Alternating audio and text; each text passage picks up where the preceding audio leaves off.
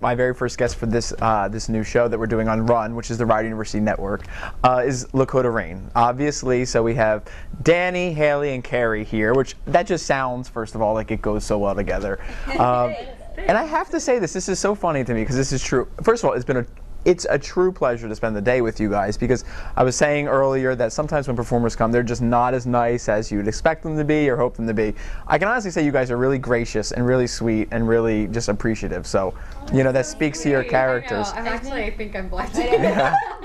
That's one of the most important things to us, actually, is just staying really grounded and true to who we are, and we really hope people recognize that. Actually, often our motto is we sit on the floor because it keeps us humble. Oh. So every time, anytime we get the opportunity, I mean, if we could sit on the floor for this interview, we probably would be down there without any barefoot. shoes on. Yeah, but I don't do floors, so that would make kind of awkward. But okay, so let's expound on that. The being humble. You know, I mean, how many times, I'm sure it happens all the time, that you're told, you know, you're talented, you're beautiful, you're just, you know, that you've been on the X Factor. How cool is that? I mean, that has to go to your head a little bit, does it not? I mean, it's cool that we got to do it, but at the same time, I don't feel any different. Okay. I don't think they feel any different. We still feel like we're really goofy. Yeah. Like, we act like 5-year-olds sometimes, and so I think, you know, We just love to have a good time. Yeah. And it's so important to stay true to who you are and remember where you came from, because people can sense that, you know. Sure. Like, people start to get the vibe that you're kind of getting full of yourself, and that's the last thing we ever want people to think. Everywhere we go, we always use our manners, the way we were brought up and the way we were raised, and that's something that's so important to us as a group. Yeah, and you guys, the three of you, seem really close with your families, respectively, which is great. But I started getting a little nervous. I'm 27 years old. I started getting nervous around 18-year-olds and 23-year-olds. I just didn't. First, it was so cool, because for me, singing is such a cool thing. I have the worst singing voice of all time, as my students know. But I think there is something really cool, and I do love reality singing competitions, so that was cool. So talk to me about why each of you did the X Factor, why you chose that over any other show, or why this was the one that you really wanted to progress in, this more than any other show on TV. Go ahead. I'll start? Sure. Okay, I was like, we'll start there and Yeah. work our way down, but Yeah. I guess I'll start. To be honest, literally the day before the X Factor auditions, I hopped in a car with my mom, like the night of when we drove through, and sat in line at 2, 3 a.m. in the morning to wait. Yeah. There was no thought process that crossed my mind. I didn't know what I was going to sing on my way over there. I didn't know. Honestly, it was so last second for me. And your audition wasn't shown. No, it wasn't. Well, okay, because there's a series of auditions you go through before it's even aired. Oh, okay. There's 3 auditions you go through before you even see the judges. So, because you can Wow. only imagine 250,000 people. Of course. Plus, country. across the Yeah. country, YouTube auditions. Okay, so what song did you sing? I sang for the audition in front of the judges. I sang Gunpowder and Lead by Oh. Miranda Lambert. Cool. Yeah, so I was the country one, and yeah, that's something I've always done. Because I was born and raised in Cape Town, South Africa, so we listened to country there. My family did, and yeah, so that's just kind of something I sang growing up, and yeah, so that's what. Nothing really crossed my mind. Okay, at that point. so no expectation. You just on a whim. About it, loved Simon Cowell. I had auditioned for I auditioned for American Idol. Okay. Before.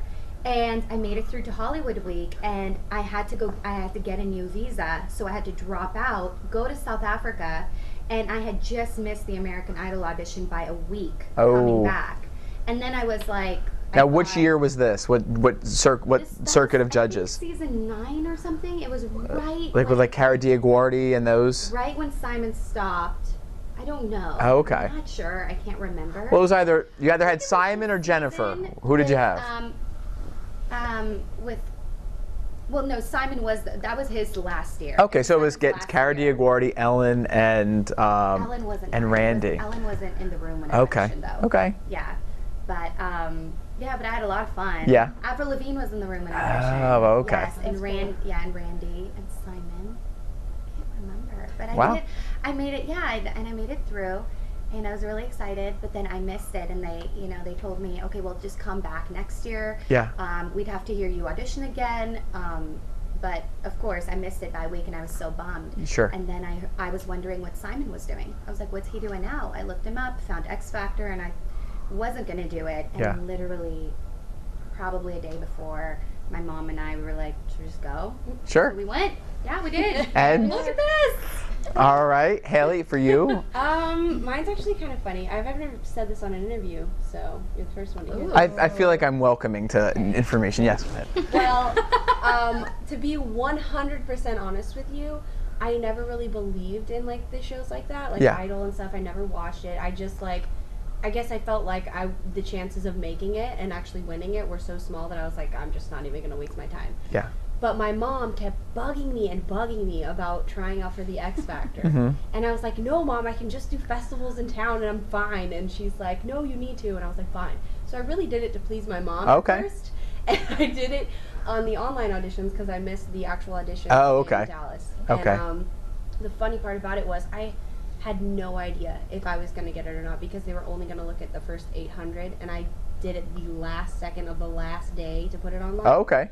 I ended up getting a phone call to audition in front of the judges, go straight to the judges in Seattle while I was watching the live X Factor auditions in Dallas. So it was like just happened to be an that's very cool. That is very cool.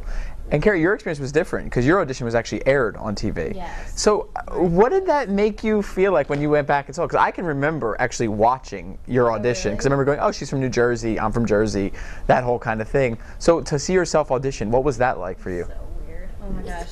I was so nervous that whole week of school because they never told you when yours was going to be on or if it was going to be on. Sure. They just said, well, you just have to watch and find out. So the whole, I think it was 2-week span of when they were airing the auditions, I was so sick to my stomach, anxious every Wednesday and Thursday because I was like, are they going to play it? Are they going to play it? And literally, I think it was the Wednesday night. I was like, oh my gosh, it's me. I'm watching myself. Yeah. It was so crazy. Freak out. It was crazy. It was I'm so sure. weird. I was to see your face on TV in that capacity. I was like critiquing everything. I'm like, oh my, that was so bad. That was horrible. I was so mad that you took the criticism that they gave you and just like were like, yeah. I wanted when they were saying, you know, I'm not going to remember you and all that kind of stuff. You just sat there and took it. You should have fought back. I was yelling for you to fight back. I was so nervous though. I honestly, what happens with me when I go up to perform sometimes and I'm that nervous, my mind just kind of blocks it out. Yeah. And afterwards, I was watching. I was like, why didn't I say something? Exactly. But you don't think to do that at that time. You know, there's just so much going through your head, and you want to just do so well, and it's just like I don't want him to think I'm a brat, and then he's gonna say you have attitude issues. I'm not putting you through. Well. So I don't know. Yeah. Well, with all due respect, I had a favorite. I was like telling you guys earlier that I really was pulling for was Simone Battle when she was one of the female contestants. I just really liked her energy. I thought she was fun and all. And so I remember the moment when you guys were up in boot camp, I guess, when they were selecting the girls to move forward. And the screen kept zeroing in on you guys, right? You remember that? I'm sure from that moment they had the real dramatic Charity Chapman song playing in the background, and so you know Simone made it through. I was really excited, and then they call you back, okay? And they say, you know, we want to put you in an additional group. Did the moment play out in real life how it really played out on TV? Like, was that your first time really hearing about this? Yes, but they made it seem like because you seemed like you knew when you walked out there kind of what was happening. Well, inspiring. Yeah, we actually thought that that's what they were doing. Like, we weren't given any prior information, but I had looked up clips of the X Factor UK edition, and I noticed this is frequent. Did that. Yeah.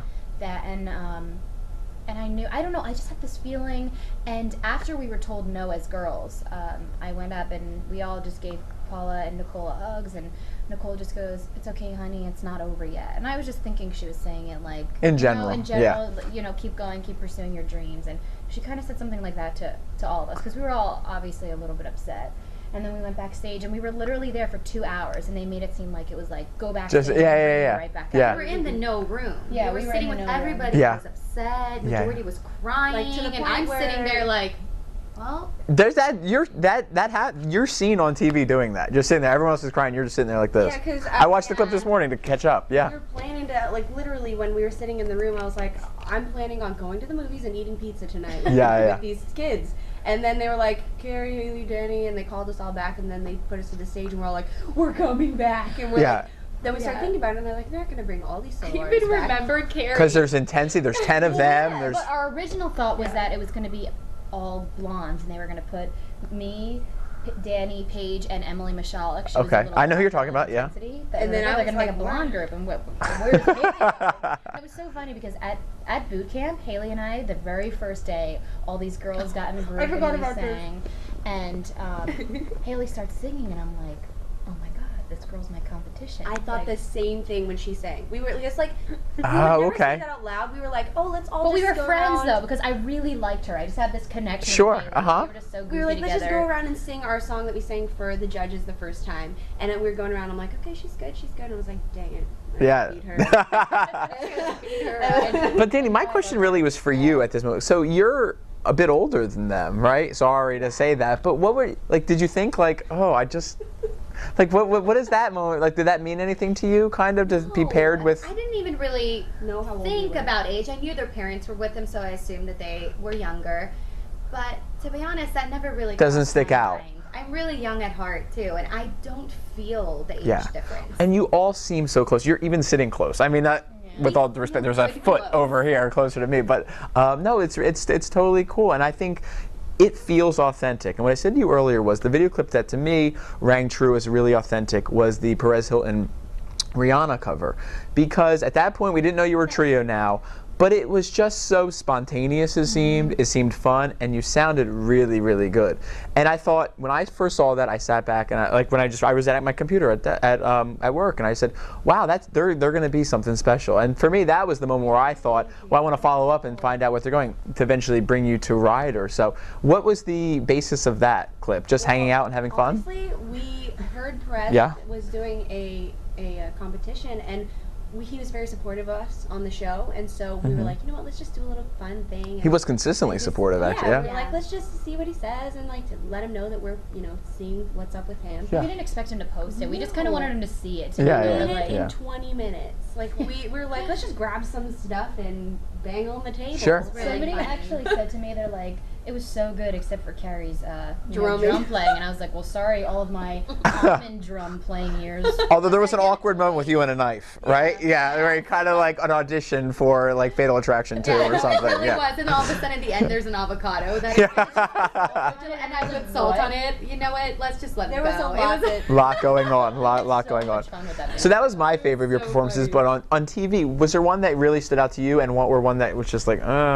wish that didn't happen? favorite one might have been the last one we did for me, because that was like it was all It was my perfect. favorite too. Was this the You Belong to Me one? Yeah. Okay. I actually really liked Come On Eileen. I don't Well, know. that I one just too. feel And like that I feel like that one, yeah. energy, that Uh-huh. that energy of just knowing that there's millions of people watching you on TV, Yeah. and it was the first time being in front of a live audience and in the judges, and that I think that I personally, I never felt that energy again. Like there was just so I know. much excitement, and literally when we walked up stage and my hands were on, like, Uh-huh. Do this like your entire body, Sure. and they want you to do interviews, and you're just like, Rattled, a bit rattled. Yes. Yeah. But I think a performance we can all collectively agree on that we wish did not happen Landslide. was Landslide. Really, that's my favorite. One of my favorites. Oh, I thought it was really good. Well, I'm glad you think. Was it the so. whole seasons thing? That they were dressed in the season? Yeah, I felt like our was- vocal performance wasn't as great as it could have been too. Oh wow. Maybe because before we went, when we were rehearsing before, I mean, it was a flawless song. We had so much fun with it. We replayed it over and over. Okay. We recorded it. We loved everything about it. And I think just the moment of, honestly, my dress changed. Literally, they were waiting Minutes. for me before walking on the stage. I was changing into a new dress. Oh, cause why? What happened? It was just nothing that we ended up wanting. Okay, Our okay. idea was flowy dresses, no shoes, no Barefoot. jewelry, like very Earthy almost. earthy, Yeah. yeah, very like soft and smoky and Yeah. It didn't. whatever happened. Well, I liked what happened actually. No, I liked Actually, I it. did a picture of us with like our heads on Teletubbies. That's very funny. That's pretty funny actually. And Power Rangers. Yes, a lot of stuff that had the wiggles. So But Ninja, no, Teenage I Mutant think Ninja Turtles. the thing about it was, for me at least, when, like the dresses, I loved having the long flowy dress idea. Yeah. But I am not a heel person. Yeah. And So you just we're weren't generally comfortable. not. We had heels like that tall on, and Yeah. I had 3 holes in that dress. Me too. Gotcha. Wow. While 3 on- holes. While Yeah. on stage, Oh, I no. was ripping holes. So I I was Ah. singing, and tearing yeah, back yeah. of Like, this because you slowly dress. turn. Well, I have to tell you, I like I said, I really enjoyed that one. What did you? How about the Sing for Survival moment where you guys had no air? What was to spontaneously do a song like that? I felt good about it because I literally looked them in the eye and I was like begging them, like, "Come on, guys, Yeah. you can't let us Yeah. like this." So what was that moment like when you were against Stereo Hogs? Like, did you you knew you weren't going home, or did you think, I had no idea what to think. Yeah. You really, honestly, at that point, you don't know. Because that's the dramatic moment. Paula, we love her, is having a meltdown in front, acting all kinds of, dramatic, because it's a dramatic moment, whether, even though in the grand scheme of life it's not a big deal. In that moment, though, it's like, oh my God, she has your futures in her hands, really. For me, like, the difficult part of it, like, was, yes, the idea that we'd be going home, but I'm very much like a people person, and so every time I would see somebody leave that, we liked, would hurt. And so to know that, like, our friends, the Stereo Of course. it was us or them, that was difficult to do, as well as, like, saying, you have to fight for your career right now. Because you were sad when the answer left. I saw that at one point. Yeah, but so I get that. I totally understand that. So do you still keep in touch with many of the people? I know you were with the answer the other day, right? That's what there were people were saying that are they coming? I said no. But are there anybody else from the show that you guys keep in touch with? I keep in touch with Drew. Do you? Rachel. Very close with it. She's opening for Big Time Rush. She was just opening on their concert, and Hayley went to go see her, and I went to go see her here in Jersey. Oh, fun. And we still talk to the Stereo Hogs on Twitter all the time. Oh, The fun. Answer, so close with. It's mostly Twitter and Instagram too that we just like each other's pictures. Of and course, make comments. of course. See how we're doing. Well, this is my aside, not theirs. But I think a lot of the wrong people have gotten signed to record deals since then. I think the right ones need to be formally signed. No, absolutely. But getting there is going to happen probably through this amazing music video you put out. So. The emergency break video, I have to say, I think it's really good, and I think the song's really good. Dani, you helped write it or contributed to the writing of it. Yeah. Where did this song come from, and what does it mean to you? Okay, honestly, my dear friend Mike Mack, he's the one who produced the song. He had this track, and I have a really good friend. Her name's Jaden Michaels, and her and she's been going in and out of the studio, and she kind of took me under her wing for a moment. I said, I just want to learn how to write songs. I just want to, and go into the studio with you, I guess. So she would tag me along with her all the time. Okay. And eventually, Mike gave us this track. Oh. So I called her one night and I asked her if I could come over to her house, and we just hung out on her bed and put this track on and just started writing. And I came up with the idea of, we need a concept. So I was thinking, okay, a car, would that be a cool concept? Sure. I don't know. And then we started to think about love and a car. And the track had such a, bump and vibe to it that we just wrote the entire song. I love it. And we had so much fun, so. And when you two heard it for the first time? Oh my gosh. And Dani was like, she kind of presented it, because we were like, we need some original music, let's get going on this. And she's like, I have this kind of okay song. Sure. Like, you're ridiculous. And this she is plays awesome. it for us, and we're like, are you kidding me? This is so cool. So that's why. Yeah. Well, if it's your first song that you're writing, Well, you're not expecting it to be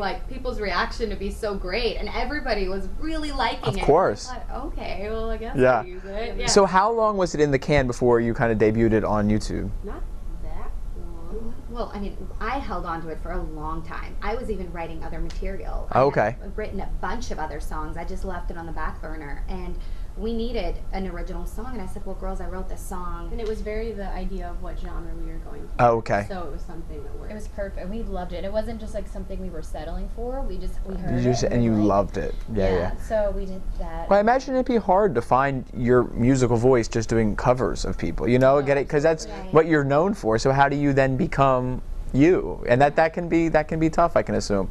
But no, I think it's doing very well. You have think about it. 30-some thousand people have watched this video. That could fill Madison Square Garden and more, think about how cool that is. People who are watching your music, that many people know it and no doubt love it. So Congratulations to all of you for that. Thank you. Yeah, and obviously we have a performance still to do tonight, so I don't want to keep you up for too long. So pardon my long gossip about X Factor because I had to know some of those questions. But I'm wishing you guys truly all the best, and I think that there is such a special vibe to you that I hope you keep up with. And you know, I saw someone wrote on Twitter or something today that they want you to do more pop kind of music. Is that kind of in the wheelhouse, or are we sticking with country pop?